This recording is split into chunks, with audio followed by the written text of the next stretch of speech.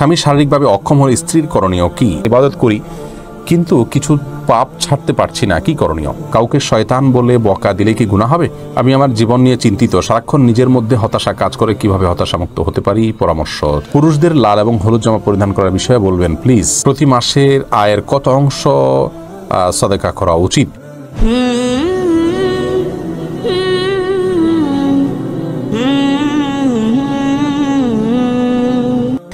মাকসুদাতুন শাকি আপনি জানতে চেয়েছেন স্বামী শারীরিকভাবে অক্ষম হলে স্ত্রীর করণীয় কি?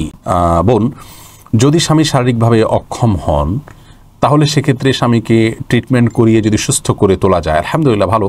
আর যদি সেরকম সুযোগ কম থাকে বা সেটা না হয় তাহলে সেক্ষেত্রে স্ত্রীর অধিকার আছে স্বামীকে ত্যাগ করার জন্য আদালতের শরণাপন্ন হওয়া বা মিউচুয়ালি দুই পক্ষের লোকজন বসে তার কাছ থেকে তালাক নিয়ে নেওয়া, এই অধিকার স্ত্রীর রয়েছে। কাবিননামা 18 নম্বর কলাম যদি পূরণ হয়ে থাকে এবং সেখানে যদি সিগনেচার করে থাকেন স্বামী, তাহলে সেক্ষেত্রে স্বামী তার মৌলিক চাহিদা পূরণ করতে অক্ষম।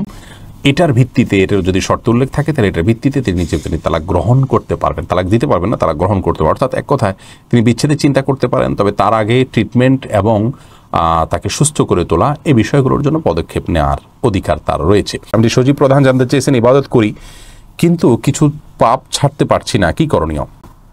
ভাই সজীব, পাপ পরিহার করার প্রয়োজনীয়তা আপনি অনুভব করেছেন, আপনাকে সাধুবাদ জানাই।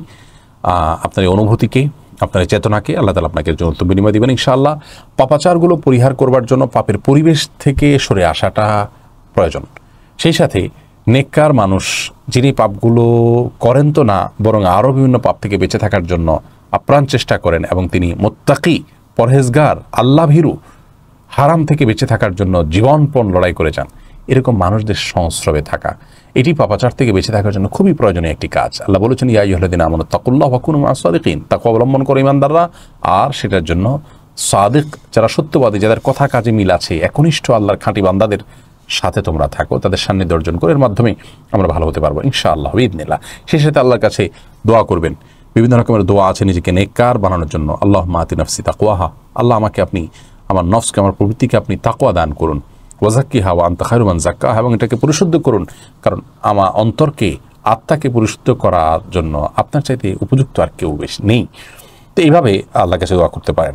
জান্নাতুল ফেরদাউস আপনি জানতে চেয়েছেন কাউকে শয়তান বলে বকা দিলে কি গুনাহ হবে? হ্যাঁ বোন, অবশ্যই গুনাহ হবে।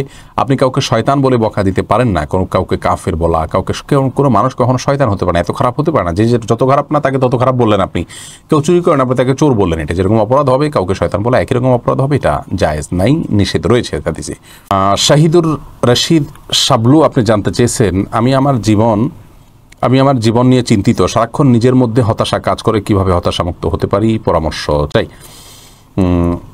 দেখুন, পেরেশানি এবং চিন্তা দূর করবার জন্য সর্বপ্রথম কাজ হলো আল্লাহ রাব্বুল আলামিনের সাথে কথা বলা। আপনি সিজদায় গিয়ে আল্লাহর সাথে একটু কথা বলুন, ভোর রাতে উঠে একটু তাহাজ্জুদ পড়ে আল্লাহর কাছে একটু কাঁদুন, মন খুলে কথা বলুন, আপনি ইনশাআল্লাহ কিছুটা হলেও হালকা ফিল করবেন। আর হতাশা, এটা শয়তান মানুষের মধ্যে সৃষ্টি করে, এটা কাফিরদের কাজ। শয়তান নিরাশ হয়ে গেছে, আল্লাহ বলেছেন ওয়ালা ইয়াসমি রাহমাতিল্লাহি ইল্লাল কওমুল কাফিরুন, আল্লাহর রহমত থেকে নিরাশ এটা কাফির ছাড়া কোনো মুসলিম হতে পারে না।